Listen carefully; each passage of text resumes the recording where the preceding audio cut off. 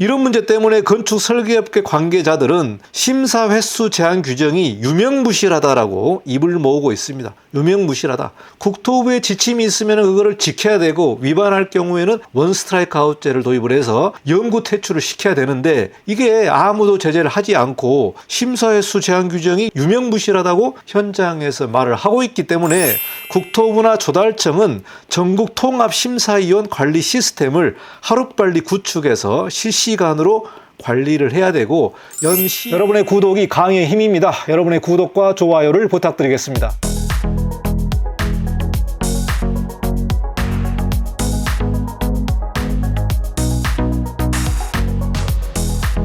네, 안녕하십니까. 이관영 건축사입니다. 이번 시간은 공공건축 설계 불신의 늪 세 번째 시간이 되겠습니다. 제가 두 번에 걸쳐서 공공건축 설계 관련된 현황을 좀 보도록 했는데요.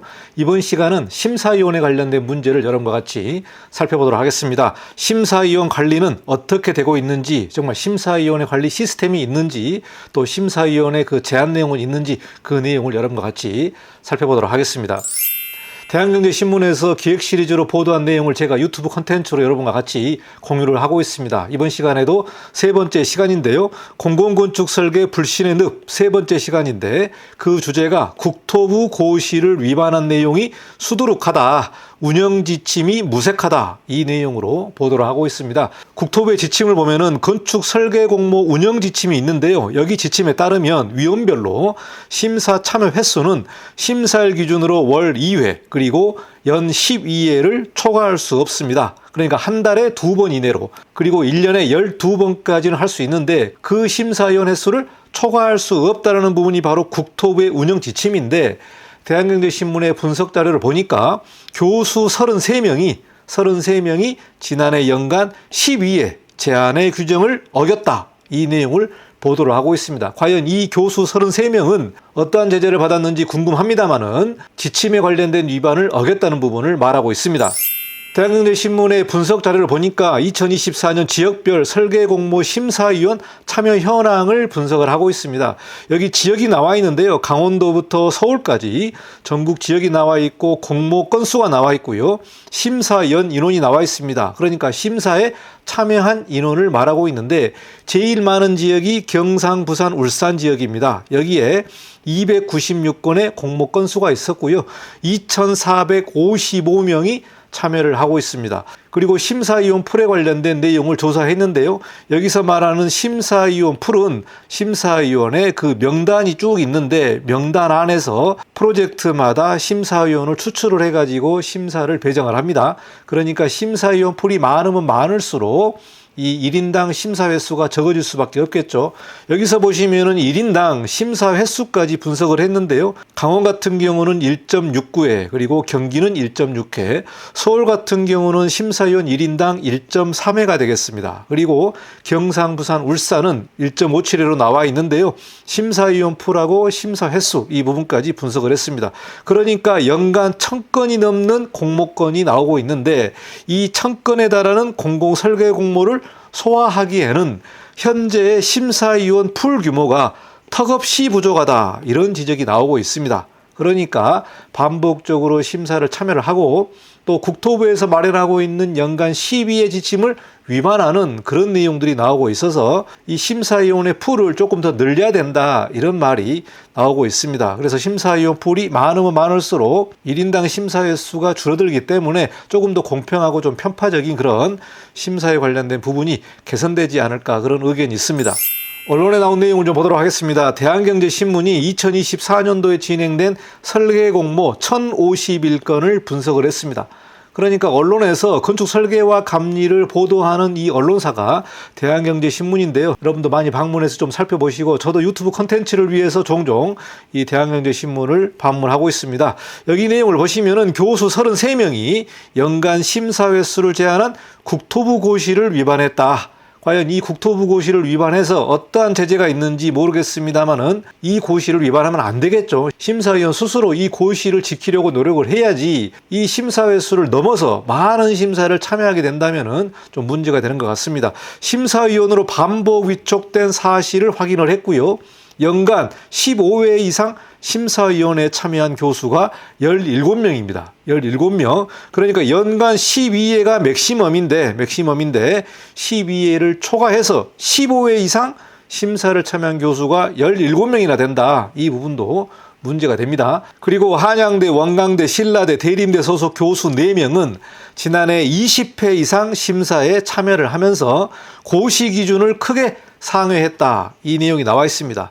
그러니까 15회 이상이 17명, 한양대, 원광대, 신라대, 대림대 4명은 20회 이상 심사에 참여를 하면서 고시 기준을 크게 위반했다고 말을 하고 있는데 정말 이 부분은 누가 제재를 하고 누가 감시를 하는지 아무런 내용이 없기 때문에 이렇게 많은 심사에 참여한 것으로 봅니다. 먼저 이 심사에 참여한 교수가 가장 큰 책임을 져야 될 것 같습니다.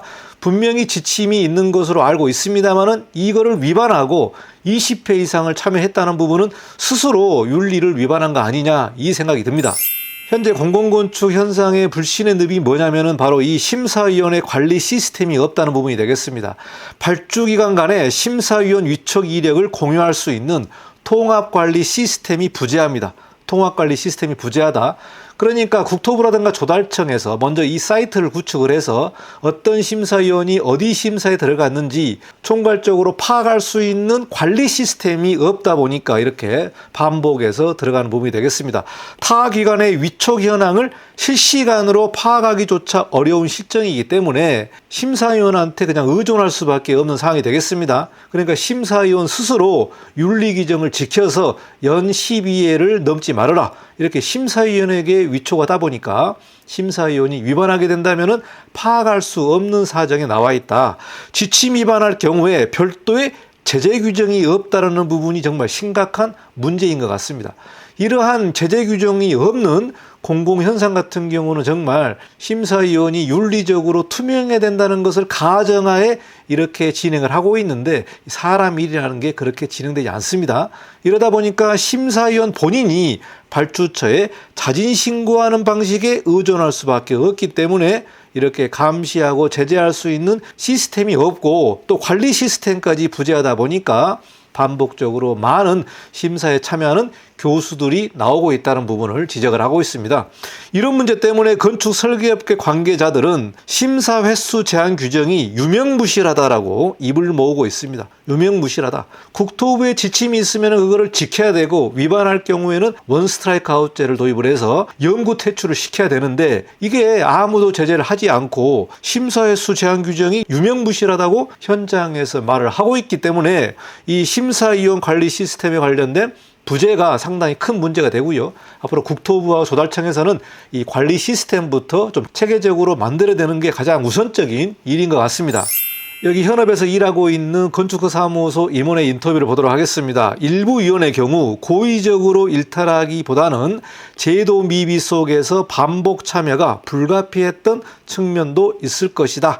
제도가 미비하기 때문에 자기도 모르게 12회를 넘어가는 그러한 심사에 참여할 수도 있다. 이런 문제들이 말하고 있기 때문에 심사위원 스스로도 자기가 심사위원에 관련된 횟수를 자세하게 체크해야 될 것 같습니다. 심사위원의 이름, 소속, 참여 공모전, 참여 횟수 등을 체계적으로 관리하는 서울시의 주어리 보드가 있는데요. 주어리 보드 같은 선진 사례를 전국적으로 확산할 필요가 있다. 이렇게 지적을 하고 있어서 제가 한번 이 서울에 프로젝트 서울을 들어가 봤습니다. 그래서 여기에 주어리 보드가 있는데요. 이 주어리 보드에 들어가시면은 심사위원의 이름을 입력을 합니다. 심사위원의 이름을 입력을 해서 검색을 하게 되면은 그 사람의 이력과 소속이 나오고요. 어느 프로젝트에 심사에 참여했는지 심사 횟수까지 나오더라고요. 심사 횟수까지 나옵니다. 그래서 여기 서울시 같은 경우는 그래도 주어리 보드에서 즉 심사위원 관리 게시판에서 누구나 검색할 수 있고 또 심사위원이 누가 있는지 다 확인할 수 있기 때문에 이렇게 체계적으로 관리하고 있는 게 서울시 사례가 되겠습니다.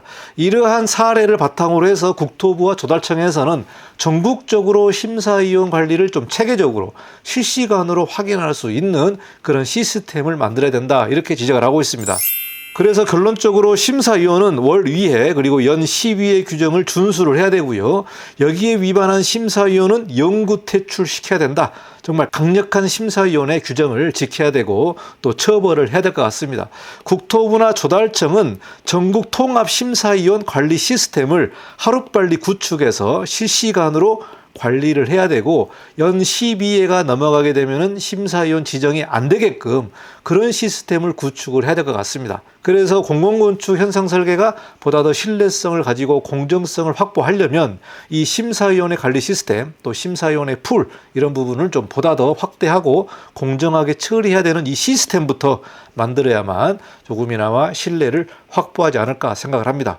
이번 시간에 공공건축 불신의 늪 세 번째 시간을 마치고 다음 시간에는 네 번째 시간의 기획 시리즈를 좀 보도록 하겠습니다. 여기까지 마치고 다음 시간을 또 뵙도록 하겠습니다. 감사합니다. 이관용 건축사였습니다.